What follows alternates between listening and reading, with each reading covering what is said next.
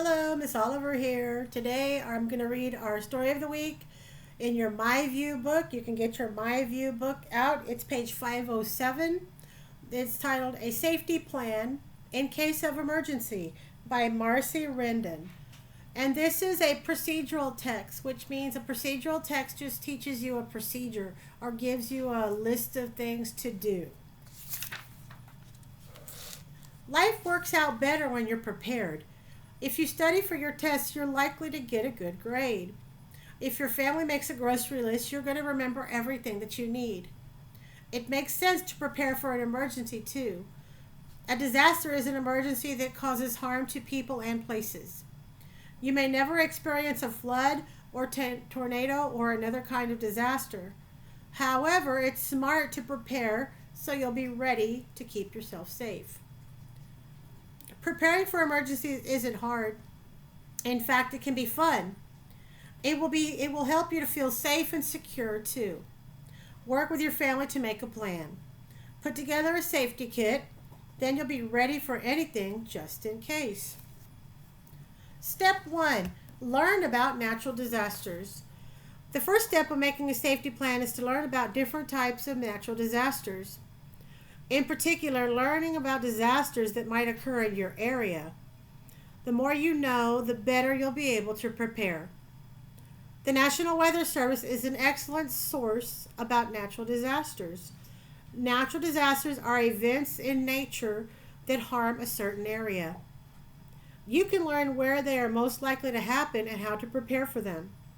The National Weather Service website provides facts about weather events and safety. You should know about the following types of natural disasters. None of these events happen often. In fact, a natural disaster may never happen where you live.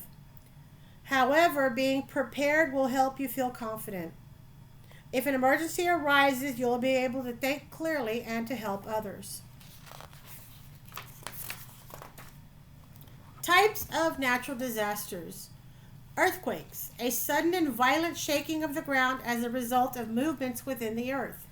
Flood, an overflow of a large amount of water, especially over what is normally dry land. A hurricane or cyclone, a storm with violent winds and heavy rains.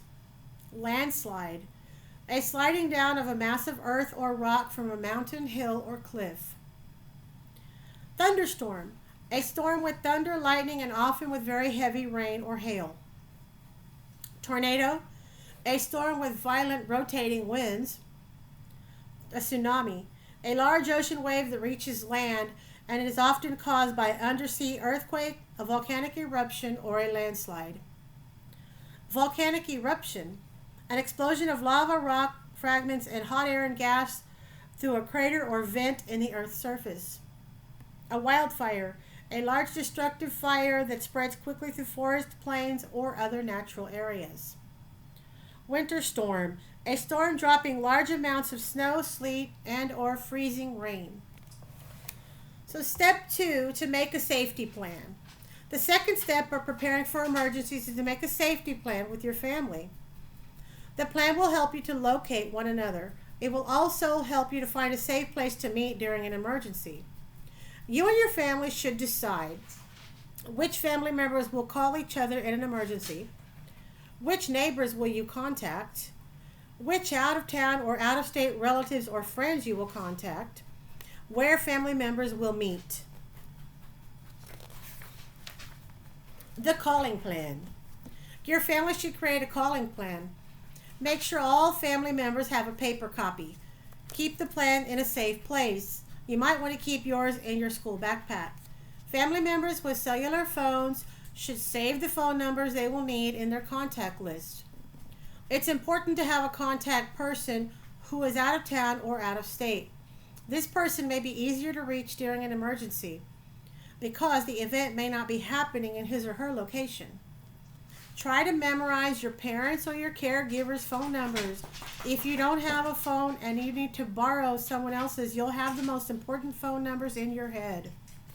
A tip: family members who have cellular phones should send a text message rather than calling during an emergency. It's best to leave phone lines free. That way, if police, firefighters, or other emergency workers need to call, they'll be able to reach you. The meeting plan. Decide with your family where you will meet in case of an emergency. In some situations, it will make sense to meet at your home. In other emergencies, you might not be able to get to your home or your neighborhood. Choose a meeting spot outside of your neighborhood. Make sure all family members know how to get there. Draw a map. With your family, draw a simple map of your neighborhood. Make the location of your home, label it, show the location of your school, label it. Finally, mark the meeting spot outside of your neighborhood. Label it and add street names. Draw a line showing the best route from one location to another. Step 3, make a safety kit. A safety kit isn't just for helping you in an emergency. It's also for keeping you comfortable and calm during and after the event. When your family puts together a kit, put in the necessary items. Then also add some comfort items. For example, you may want an extra comfy piece of clothing or a favorite blanket. Make sure everyone in the family knows where the kit is stored. Choose one family member to be responsible for checking the kit twice a year. That person should check that everything in the kit is still fresh and up to date. Look for expiration dates on the medicine labels and other items. Your family should replace items that have expired. Schedule kit checks on the days when your family changes the clocks for daylight savings time. That way you won't forget to update your kit. What goes in a safety plan, in a safety kit? Here are important items to include in a safety kit. Food, water, and related supplies. 1 gallon of water per person per day for 3 days. A 3-day supply of non-perishable food for each person. Non-perishable food is food that won't go bad. Include only foods you don't need to refrigerate or heat. Make sure it's food and that your family likes to eat. You need a non-electric can opener, unbreakable plates, cups, and utensils, paper towels, and plastic bags. Personal items, clothes for each person for 3 days. Include warm clothing, socks, and comfortable and sturdy shoes. Toothbrushes, toothpaste, soap, and toilet paper.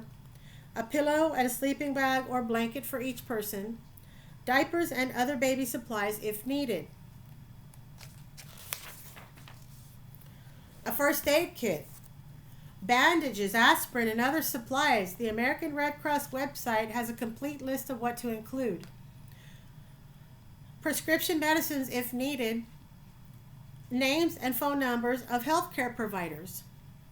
Electronics and safety supplies. A battery-powered radio, a cell phone and a solar charger, a whistle to signal for help if needed, matches in a waterproof container. Let the adults handle these. Flashlights, 1 per person, and extra batteries. Documents, identification information for each family member, insurance and bank information. Extras, toys, games, and books, paper and pens or pencils. And don't forget your pets. If your family owns pets, you'll want to create a supply kit for them too. It should include the following items: a 3-day supply of food and water for each pet, a supply of medicines if needed, copies of your pet's veterinarian records, cat litter and a litter box if you have a cat, and food dishes. During and after an emergency. If any emergency, it's important to stay calm. Remember, if you followed the steps on the previous pages, you and your family are well prepared. All you need to do now is listen for instructions. Pay close attention to emergency workers such as police, firefighters, or government officials. They will provide important information such as whether to stay home or to move to another location. In case of weather emergencies, use your portable radio to find the NOAA, which is National Oceanic and Atmospheric Administration. They have a radio station. You can also get weather updates on a cellular phone. Information will be available on severe weather conditions and how long they're expected to last. It's important to follow adults' instructions before, during, and after an emergency. Dangerous conditions such as fallen power lines or gas leaks can require extra caution. Emergency workers will give you the all clear when it's safe to go outside. Finally, you and your family may want to help your community recover from an emergency situation. Check with your local Red Cross or other agencies to find the best way to help your neighbors or your town recover. Don't forget to give your family a big, huge hug, too. You showed you can get through the challenging times together thanks to some careful planning and good work. Thank you. Bye.